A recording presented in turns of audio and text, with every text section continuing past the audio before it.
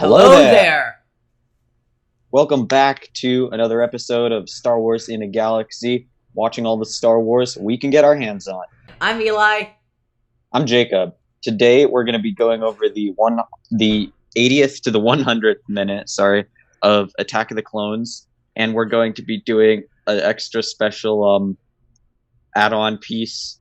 We're calling it 1/4 portion. It's kind of a miniature segment where we talk about something not related, but I think it's going to be really fun, yeah. Before we get into this episode, I'd like to give a quick shout out. I messaged Force Toast, the podcast, and I asked them a question, and they were kind enough to put it on their 40th episode. So go listen to Force Toast. They're awesome. I love them. They're the funniest Star Wars podcast currently anywhere right now. They're awesome, and they're awesome. Yeah, they're great.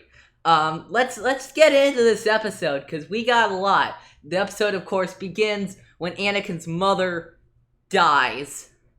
Yeah, that's sad. That's really sad. It was heartbreaking, man. It was really heartbreaking.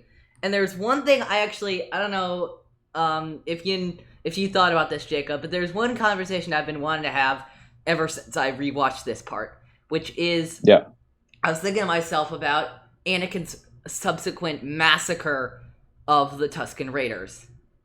Yeah, and I have a lot to say about that. Let's put it that way. I was comparing it to a similar, how could you say it? A similar massacre by Anakin Skywalker, just in another form. And I'm, of course, talking about the hallway scene from Rogue One. Because they evoke very different emotions, you know what I'm trying to say? Yeah, definitely. It's Anakin's massacre of the Tusken Raiders. We see it, first of all, so much less, for less time than I thought we were. I thought we were going to see way more of it. Yeah, no, it's just implied that it's 5 seconds long, and it's seen as this horrific act of gruesome violence. Rogue One is we don't see the gruesome part, but it's implied that it's it's Anakin implied. Just but in Rogue One, it's almost this it's kind of celebrated, but it's a little celebrated, yeah. It was my favorite scene from Rogue One, mostly because I honestly kind of believe that really nothing significant happened before that in Rogue One. But you know, yeah, okay. I found that movie a little boring, but that's I know a pretty controversial take. But anyway, what I was saying is, that scene is it's awe-inspiring. The Tusken Raider massacre isn't awe-inspiring. There's no sense of what's happening. It's only, oh my god, no. You get that voiceover from Liam Neeson as Qui-Gon. Anakin, no! That was him, oh. Yeah, that was Liam Neeson. That was Qui-Gon Jinn. Yeah, good little Easter egg right there. Yeah. Sorry, I kind of derailed that right there. I know you wanted to say some stuff. That's about okay. The massacre. Yeah, I guess the response to the massacre was I was thinking of a few things. First of all, a huge red flag afterwards. I don't understand how Padme doesn't kind of run away or try and dump him. I was about to mention Pat. It's how it should have ended all over again. We keep referencing it because it's so relevant. I left something on my ship. I mean, nobody would listen to that guy after what he did. I mean, nobody. If you know the moment I'm talking about from Attack of the Clones. I do know the moment. And then she says, we all have rage that makes us human. After he, kills a bunch of people. Honestly, I actually kind of think that's kind of rational. I think that's the most rational thing said in this movie. Believe it or not. I think that is the most rational thing said in this movie. I mean, but after he says that he thinks they're, it's not. But he says that he thinks they're animals and stuff. That's just the response is not proportional. But taking that statement on its own, is the most rational thing said in this movie. Yeah, probably. I guess. Yeah, I guess I can see how that. Yeah, it's would be. I also did a little research on this, and I was shocked. Not shocked, but it was interesting. that Anakin was actually viewed as a demon by the Tusken Raiders after this.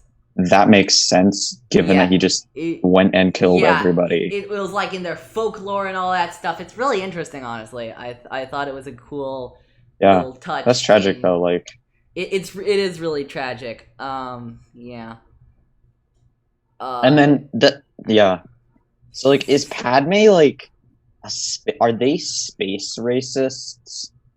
Because like he slaughters a bunch of people, and she's just like, "Oh, you're right." Like that seems counter to the ideals that Padme likes to espouse. Yeah. I just thought of that. You know what I mean? It does. I mean, Klieg Lars in the last segment we did, I'm 99% sure he said they're animals. Yeah. And so, Yeah, definitely. Also, why the heck? I don't understand why the good people of the internet decided that that not just the men but the women and children too is that a meme? Yeah, was a suitable idea for a meme. Like, come on, guys, have some standards.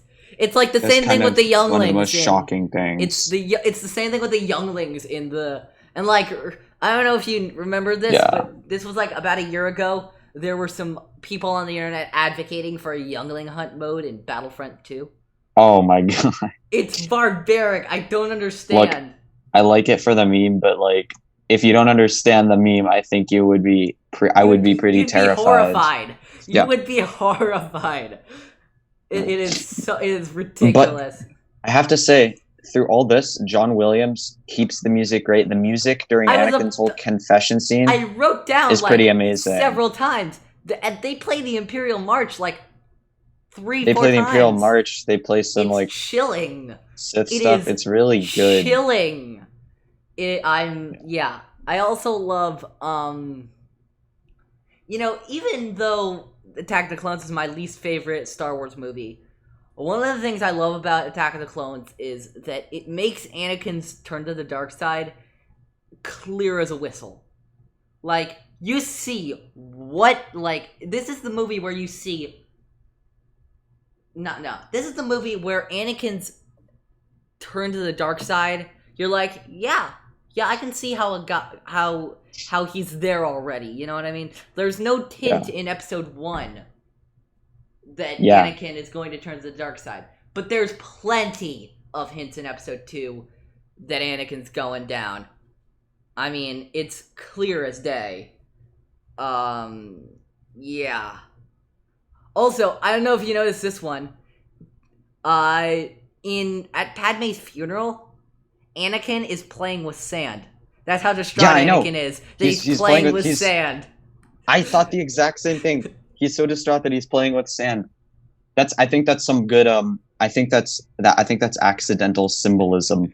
It is That's what happens so much. It's like Jar Jar stepping in Phantom Menace. Yeah, accidental symbolism. Also, here's a weird connection that I just noticed. I was on Twitter the other day, and I noticed a bunch of people were like, "Oh, you know who's buried very close to the Skywalker lightsabers in 9?"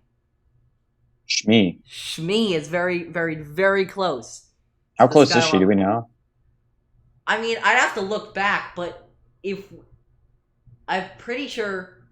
So Rey buried the sabers in front of the homestead, and I'm pretty sure, like, in front of the. Oh, it's at the same homestead. That's very close. It's at the same homestead, and I'm pretty sure they buried Shmi to the left of the front. Just looked at the picture; it's to the right. And it's further than I thought it was. So it's probably like a good 10 meters to the right. So yeah. So they're probably buried about a couple meters, apart. It's accidental symbolism. But Anakin's dialogue in the confession scene is so cringy. What does he say? I wrote it down somewhere. So bad. He says, "Life seems so much simpler when you're fixing things. I'm good at fixing things." Great dialogue, bro. I'm good at fixing things, always was. I wrote down in my notes, did Jake Lloyd get input on this line or something? Because That sounds like a little Anakin line. I don't blame Jake. I guess Not Jake Lloyd. That was a little it does, harsh, but it like, has the that same sounds energy. like a little kid Anakin vibe. It has the energy of like Jake Lloyd's Anakin. Yeah. Also, I gotta say, Anakin also talks about wanting to stop people from dying, and I actually have a quick fix for Anakin if he wants to stop people from dying. Anakin, have you ever heard the tragedy of Darth? Shoot, one movie too early. One movie. Or maybe one. I think it's kind of ironic because he kills a lot of people. That is true. You only say you want to stop people from dying right after you kill a bunch of them. Though in fairness, he doesn't think of them as people. That's true, he doesn't. But still. Yeah, and Anakin. Yeah, this is just such a troubling thing. Not only in universe, but behind the scenes too. There's so many lines in Anakin's confession about killing the Sand People that is just like they're just so.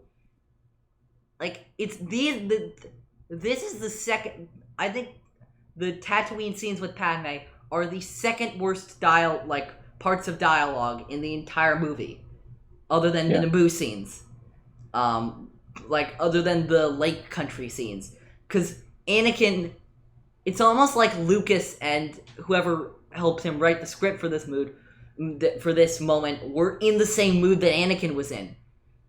Because they didn't know what to write. You know what I mean? Yeah, I know what you mean. It's just, yeah, we could talk about this all day, and although we could, I think we should move on to some other stuff, because there is some good stuff in this movie, and even in this segment of the movie we just watched.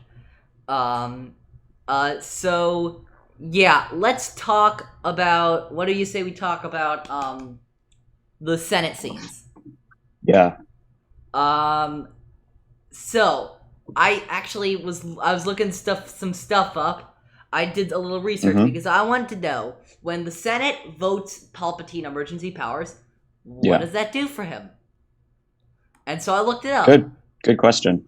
So, in canon, the Emergency Powers Act was an amendment to the Constitution. So it wasn't a law. It was a literal amendment to the Constitution. That's crazy. Addition to the Constitution. One effect was that Palpatine could bypass the Military Creation Act. Bro. The thing that Padme was trying to stop from being made at the beginning of the movie doesn't matter anymore because Palpatine could just brush that away. So smart. Devious. Amendments were added throughout the war, including the Reflex Amendment, which granted Palpatine near total control of the military. Near total control. I mean, wow, yeah. Seriously. And it was all thanks to Jar Jar Binks. This is all Jar Jar's fault. If you needed any more evidence that Jar Jar was a Sith Lord, you have it right here. I don't think he's a Sith Lord. He's just a bumbling idiot. Yes, that too. Also, there was another thing in Legends. Oh my god! Here's an interesting thing about the Emergency Creation Act in Legends. In Legends, Palpatine could also, on some planets with these emergency powers, declare martial law. So wow. So what we have here is not scary at all. Near total control of the military, the ability to declare martial law whenever the heck you want, and bypassing some laws. I mean, people who say people in the Republic who weren't aware of how it turned into the Empire, you just need to look at the laws at this point. Yeah. And then another thing, this isn't related to it, but I just thought of it also. You really have to feel for the Larses in this movie. So one of the Larses, this brooding, angry Jedi and his forbidden space senator girlfriend show up in this super fancy, shiny ship. He's super mad. He comes out of nowhere after 20 years. He goes out after 30 men have died trying to bring back Shmi, and he comes back. No, wait, 26. It's 26. 26. Because 30 went out, 4 went back. Yeah. Oh yeah. He comes back with the body, and then at the funeral, instead of giving some heartfelt remarks like everyone else, he just kneels in the sand and then says, "I failed you. I wasn't strong enough. I'll be the most powerful Jedi ever." And then instead of like completing the service or whatever, or doing like a send off or something, anything to help your family at all. Yeah, or doing anything to help your family. He zips off as soon as his droid comes.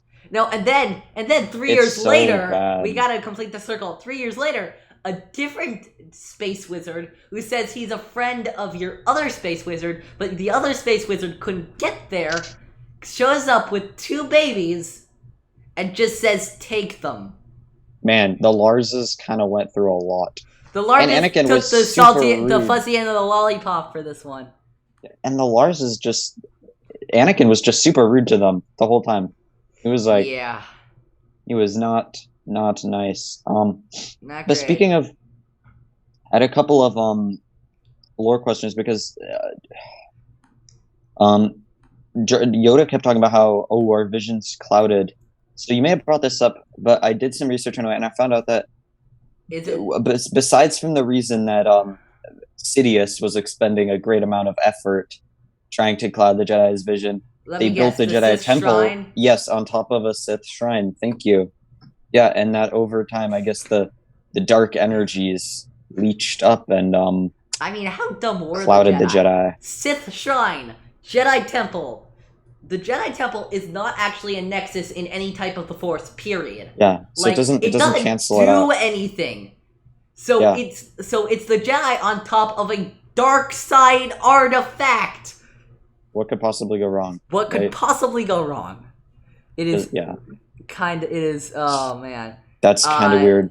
It is, but then we get some really great stuff, and let me just say, Christopher Lee is one of the most underrated actors in the entire Star Wars saga. He is.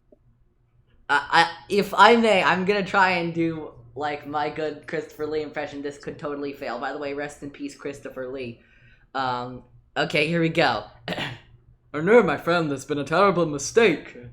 That was not good. I'm keeping that in, but that was not good. I could have done better. But yeah, I love this scene with Kenobi and Dooku was so good. It was 2 competent actors with some pretty actual competent lines, in my opinion. Dooku says to Obi-Wan, "It's a shame our paths have never crossed before," and he was talking a lot about like this scene wasn't a Sith Lord speaking to a Jedi he captured. It was him, like he was trying It was a grandfather speaking to his grandson. Yes. And to be honest, the way he's talking makes it honestly makes it sound like he's trying to stop Darth Sidious more than he is on Darth Sidious's side. I think he really genuinely wants. If it was Kit Fisto, if it was Plo Koon, I don't think he'd be acting this way. Yeah, but I think he genuinely like wants the best. I think he genuinely has a soft spot for Obi-Wan. Has a soft spot for Obi-Wan, yeah. Which is ironic because they end up like dueling a bunch of times and trying to kill each other. But I think he sees Obi-Wan's potential because of what Qui-Gon, said, has told him about Obi-Wan. And yeah. Also, have you noticed that at the middle or end of every single second movie of a Star Wars trilogy is when the first temptation flies? Dooku to Kenobi, Vader to Luke, Kylo to Rey. They're always like, "Ooh, join me." Yeah. It's like poetry, they rhyme. Every stanza sort of rhymes with the last. Yeah. Hopefully it'll work. If you guys don't know that reference, it's in the documentary to one of the prequels, where George Lucas says exactly that. It's like poetry, they rhyme, blah, blah, blah. Does he actually say the hopefully part? Hopefully it'll work. Yeah, no, he totally says that. Bro. It's like poetry. Hopefully it rhymes. Hopefully it'll work. Anyway, so I looked up actually. So because if you don't know, George Lucas and Star Wars were inspired a lot by Joseph Campbell's hero's journey. Oh yeah. And sure enough, in the 16-stage original hero's journey, the 8th stage is called Temptation. So it matches up near perfectly. That's pretty crazy. I did not know that. That is so cool. Yeah, it's some pretty awesome stuff. Another lore thing. I think this is kind of I guess like conjecture, but I think Anakin may be like a narcissist because a psychological narcissist. Yeah, maybe because he says it's all Obi-Wan's fault. He's holding me back, and that just makes no sense. I feel like he I don't know if he genuinely believes that, or I will say he suffers from a very big ego. I think he comes across, to be honest, in this movie he kind of comes across as delusional at times. Oh, absolutely, yeah. Maybe not quite delusional, but very much of a narcissist, yeah. What else? Oh yeah, so we should actually talk about the Senate scene more because this is ridiculous. Of course, we have another meme we got here, which is one of my favorite memes from this movie. I love democracy. I love democracy. I love the Republic. That speech was so lame. Like I would be so unconvinced. Just like a guy saying, "Oh, I love democracy." It's like chilling, though. It was chilling. Sounds like Kermit the Frog. It's just like, "Oh, I love democracy. I love it so much." Now I need a Kermit the Frog and Palpatine mashup. Yeah, you should join me, Anakin. You know, it'll be good. It'll be great. Join me, Anakin. We'll have so much fun. on the dark side, Anakin.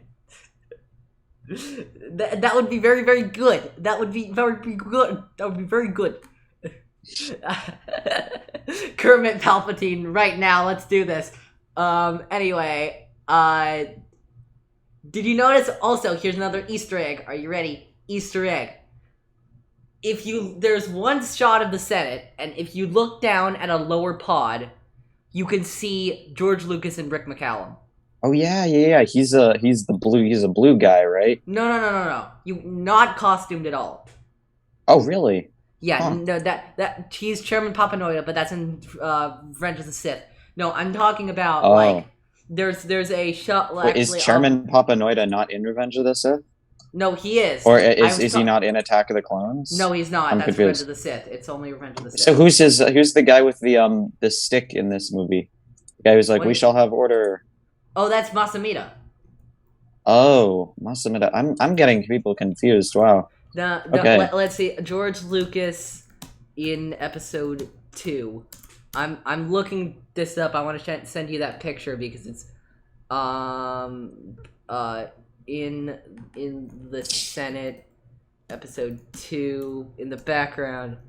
It's this shot. It's there. Okay, here we go. I'm gonna about to send you this picture of George Lucas in a shot of episode 2. All right, I'll look at it in a sec, but yeah, okay, I'm sure you're right. I can't believe I've never. It's crazy. It's there's some pretty cool Easter eggs in this. The final thing we get in this sort of episode is the droid factory scene. Oh yes. Which it's not that bad, except for the fact that Anakin and Padme, they land in an exhaust vent. How is that not incredibly dangerous? I don't really understand. It does come off as very video gamey, which it's just so it's just like by the way, of course, I had to there's one final thing I researched for this, which is I had to ask the question, if R2's using his jetpacks in Revenge of the Sith and Attack of the Clones, then why doesn't he use it in the various times in the original and sequel trilogies? Yeah, that's a good question. Maybe he has them removed. I think that's the no, it's not, because he gets jetpacks in in Star Wars: The Clone Wars, right? But he gets upgraded rocket boosters, but he already has rocket boosters. Yep. So let me read you the thing I found on book. This is directly from Wikipedia. By the time of the Galactic Civil War, R2-D2's boosters had not worked in ages, and his warranty was long expired. So they just stopped working. Wait, imagine how that must feel. You're a droid that's basically sentient, and you still have to have like warranty and stuff. That is so. Also, by the way, that's from the Return of the Jedi canon novel. But my favorite part is had not worked in ages. Yeah. So like, what happened to them? It's so weird. I guess they just stopped working. They got clogged up or something, you know? Yeah, it's just like it's so atypical of Star Wars to just say, well, they stopped working. What can you say? Usually there would be like a detailed explanation or something. There would be an entire comic written about why R2. An entire comic. Yeah. It's I want to see that. Just R2 going from store to store trying to find replacement parts. Oh my god. Do you have... Oh, sorry, we don't do stuff for R2 droids anymore. They're far past... oh my god. That'd be great. That would make me so mad if that was that person. And usually this would be the end of the episode, but Jacob and I thought we'd introduce a new thing to Star Wars in a Galaxy to give the episodes not only a bit of more structure, but actually a little more variance at the same time. Welcome to... 1/4 portion. The show where we take a portion and put it in 4 portions. Yeah, so how this is gonna work is basically every week of a month. So first week of a month, second week of a month, third week of a month, and fourth week of the month. Every one of those weeks will have a different segment unrelated to the episode but related to Star Wars. And so we wanted to split it up evenly, so I have decided what I want to do for the first and third weeks, and Jacob has or will decide, I don't know, what he wants to do. It's TBD. It's TBD. Not gonna lie. It's TBD. We'll have it for next week, of course. But for the second and fourth weeks. So, for example, my segment this week, my 1/4 portion segment this week, is called This Month.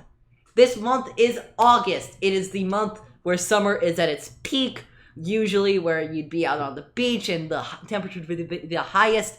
Also, it would be the month, if not for the coronavirus, of Star Wars Celebration, Anaheim 2020 it would be, which Jacob and I actually had tickets for, but sadly we that did not work but we will we'll see you all in 2022 for that. Yeah. But I'm psyched. I know. Anyway, this month is a segment, which is basically the Star Wars media that Jacob and I are most into this month, basically. And because we've been doing a lot covering the movies and the TV and video games, we decided for this month we were gonna just do books or comics. Jacob, what do you have for this segment of this month? For this segment of this month, I have Outcast, the Legends book.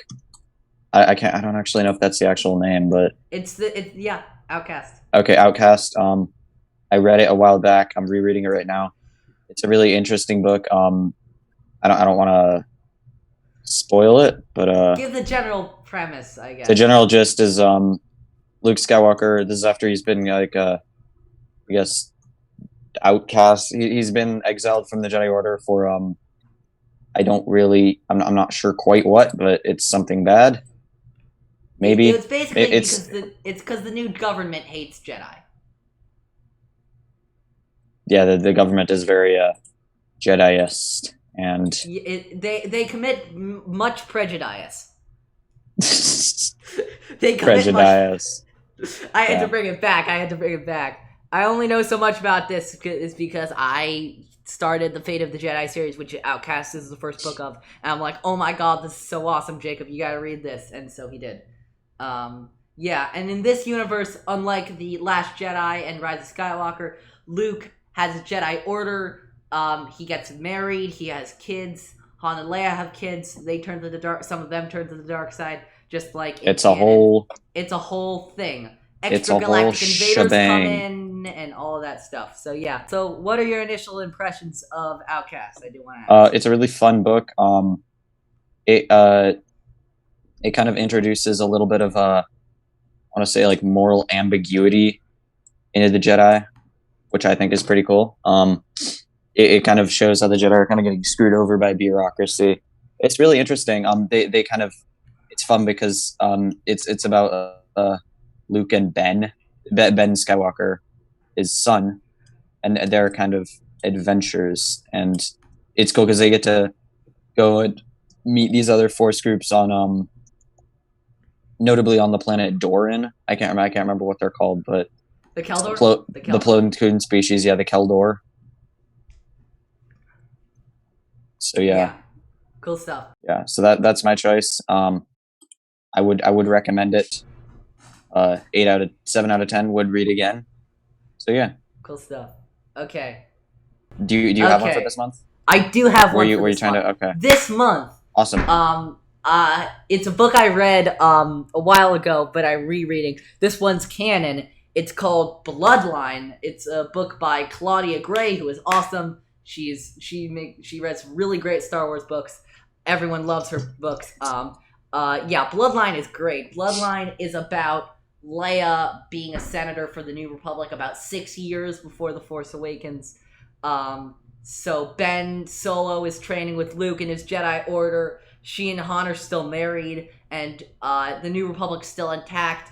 And it's about not only Leia's discovery of the First Order, but also about the circumstances that would eventually lead to the collapse of the New Republic before it was taken out by, Starkiller Base. Basically, what this book is about was one of the major points of this book is saying, even before Starkiller Base blew the entire Senate up, it was already failing as a government. It was already failing as a government. There was already major collapse. There were issues. There were a ton of issues.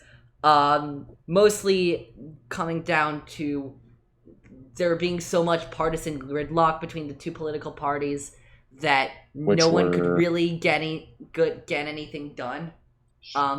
The two parties were the centrists, which favored a more powerful central government, and were a lot of pro-empire people, including a young upstart senator named Ransom Casterfo, who is a main player in this book, and then the populists who Leia's a part of, and they favor more power to the individual systems.